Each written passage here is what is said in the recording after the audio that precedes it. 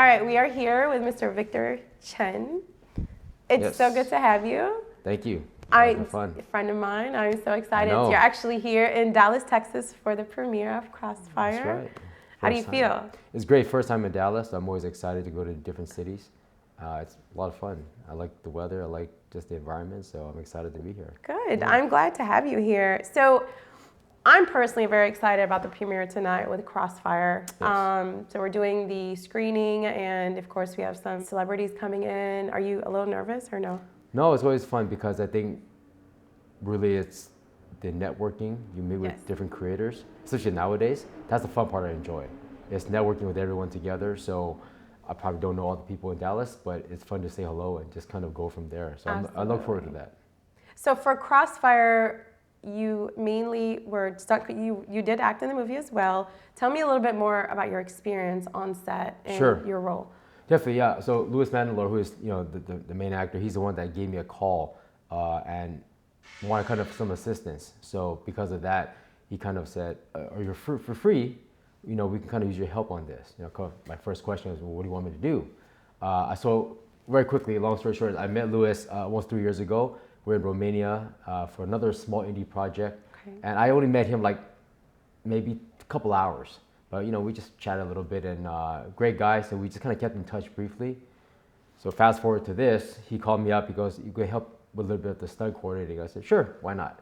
So that's kind of how I got on board. That's awesome. And then we just kind of worked around it and just kept everyone safe and a lot of good fun. And then we met Yadhu, director, and so on. So it all worked out well. Mr. Yadhu Krishnan also, he directed and wrote Crossfire. Definitely. Double it duty. Is, yes. Double duty. Yes, and it is action filled. Tell me a little bit about what you did to prepare off screen to get like this production across. Totally. Definitely to prepare for this one, because the story is what I call like modern based. It's not fantasy. We're not doing like animation, that kind of genre. So what I had in mind was first seeing what kind of story it is, what kind of characters there are, and also just what I feel looks good on camera for that type of story. So it's very realistic, they're centered, grounded individuals.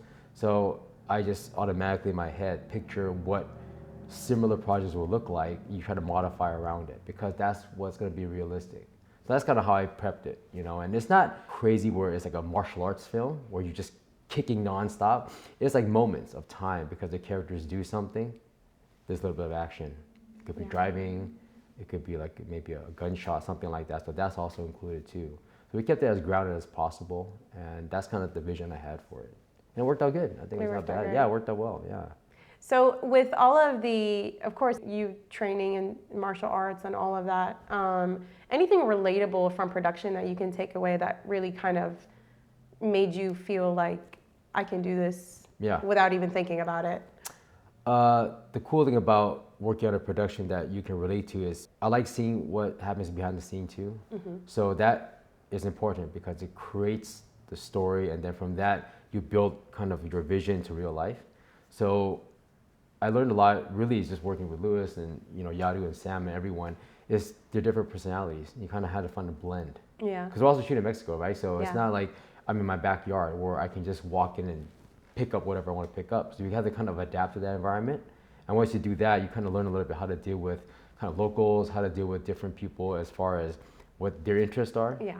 And those are the things I actually learned and picked up. So then if I do something on my own, it'll kick back in and think, okay, I need to do these steps first before I do the next step. It's kind of like that. So that to me is personally the most enjoyable part. Yeah. It's really, it gave a different experience also being shot in Mexico. Yeah, it's behind the scenes. That's the hardest part that most people don't see. They just see what's in the front, and then behind you think, I gotta do, 10 steps before we can, let's say, use this building to do an office scene or whatever it would be. So there's quite a lot of work behind. So I actually learned a lot along the way of doing that. How to be a little bit more polite, more aggressive on certain points, You have to have that balance. Yeah, so I really enjoy understanding. That. Absolutely, yeah. So the storyline was very dynamic. It covered drug peddling, sex trafficking. Tell me your thoughts. It's intense. It's a strong, it's strong issues that we're really facing in the world today. You want to touch base on that a little bit? I mean, I think with those type of topics, where they are very realistic, newsworthy, anything that has drugs or sex related, it catches your eye. Yeah. So I think what's cool about Crossfire is that it brings some of the realism in for a film too, right? Of so course. It's not a documentary, but you bring some of those elements in, and it makes people think, oh, they might relate to that, or they might have come across something like that, or they saw something from the news. So I like stories that are like that. They're, in a sense, not relatable to me, maybe personally, but you can understand the trauma that comes from it, and it brings out the different characters. That's why, even from behind the scenes watching, when a character is coming to life, you're like, oh wow, And so I really enjoy that part a lot too. I think when people watch it, hopefully they'll see there's those elements that come from it. Yeah. I look forward to the screening. Anything on production, on set, that really was that just you will never forget, and it's something that's never happened before on any other set. I think the one that I personally liked was, so there's, without giving it away, there's a particular part of, I think in the center of the movie, there's a little action sequence. Takes place, and without giving it away, Louis's character is trying to get his daughter back, with Sam, and we had to prep that part of thinking, how do we create this scenario in the story that has a door that gets broken down, a door, like a door. So because of the place, it doesn't have a door. We had to kind of think, where can we put the door up? Anyways, the props had a door, and the door was a lot bigger than I thought it was, a lot heavier than I thought it was. So it wasn't like a what you use for filming, a prop door. It wasn't a prop door. Yeah. It was quite heavy for a prop. I said, wow, this is the door. Let me think about that for a second. So they took it outside, and they actually were trying to score it, which means they're trying to cut it to so it can break. Yeah, it couldn't cut through. Wow. So I think, this is probably not going to work though. So we had to improvise, and without giving what it is, we disregarded that door per se. But I thought if we were using that door, Sam is such a trooper. She goes, I'll go through it. I was like, I don't think so, But that was the fun part. So he was like, don't I try. remember that specifically. She was really adamant on it. She got really angry at me. Said, I want to do it. I said, yeah, I know, but you still have a scene later on, So if you, kind of hurt yourself, it's not so good though. But so you were the voice of reason on set well, as well. What has to be, in that sense, it's not because I'm cooler. It's because she's the main actress, right? So if she gets hurt, how are we going to continue the rest of the 2 days left or 3 days left, right? But also then, everyone's going to kind of think, like, oh, I must be terrible, I put her through that, So, but yeah, it was interesting. Yeah, I saw that door. I still remember that door too. It was huge. I was like, this door, I don't know this. I think we learned a lot about dealing with a lot of different people on set for a long time, of course. How was your experience with Mr. Krishnan, the director? Always great. I call him like a brother because I only met him because of Louis, right? So that connection and finding how difficult it is, number one, to shoot out of country, number one. Number two, an independent project nowadays is the most difficult thing, right? If you're what I call like A-list and you're a huge budget, you can do whatever you want to do. You have almost a luxury per se. But as an indie, everyone has to kind of put their hats in together, and you don't always match. So going into Mexico, I didn't know him yet, so I didn't know what they're going to be doing, what kind of style they're shooting. I'm just going off of my imagination of like, okay, this can work out. I know what indie looks like. I've done a couple of those. It's gonna be a lot of hard work, but we just kind of clicked. A lot of good conversation. I can see his vision, and that's important.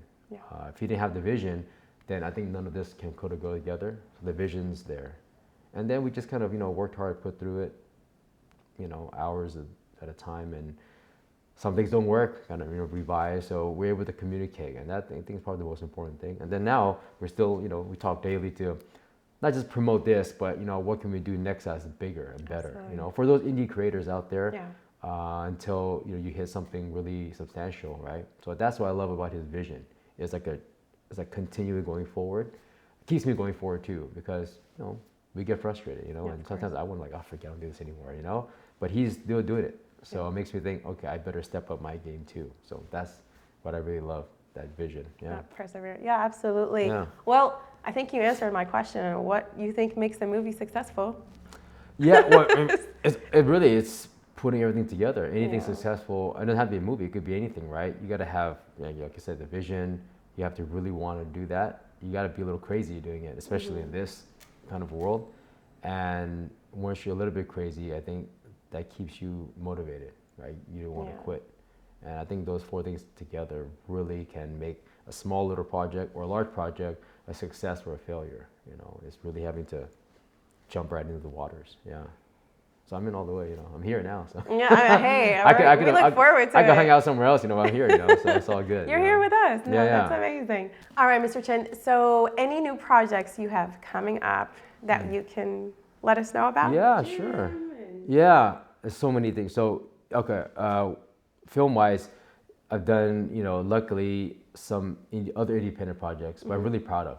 One was the one in Atlanta I did almost 2 years ago now. Time went by. That's a documentary drama where I play a real life Chinese healing master. So we don't look alike, but it's the philosophy that matches. So they're finishing a lot of last minute touches and some reshoots of specific sections. But I hope that one really brings like kind of an audience towards looking at how a person who immigrated from China to US and that struggle. So it's kind of like that. So I really resonated with that.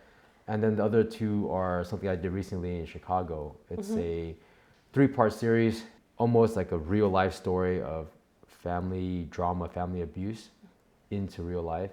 I played the father as kind of abusive, which is very different than me. Yeah. I don't say that. Yeah, it's also half English, half Chinese, so it's even more challenging too. Wow. So it's very interesting. So I look forward to seeing that, even just for personal interest. And the last thing is, looking at opening my own training facility. So, congratulations. Because I'm in California, so it's figuring out if that's a place I want to open it, and then all the logistics with it.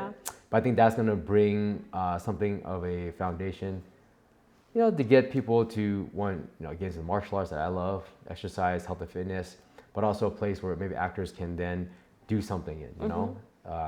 Los Angeles. I mean, I've been trying to train with you for like 3 years. So I have to make those trips back to Dallas, you know, and then get the ball rolling. It kind of builds the brand, but also builds kind of what I do anyways. Even if this wasn't here, I still be doing that anyways, regardless. So we're trying to have a success in that because that's the base for me. Yeah. So.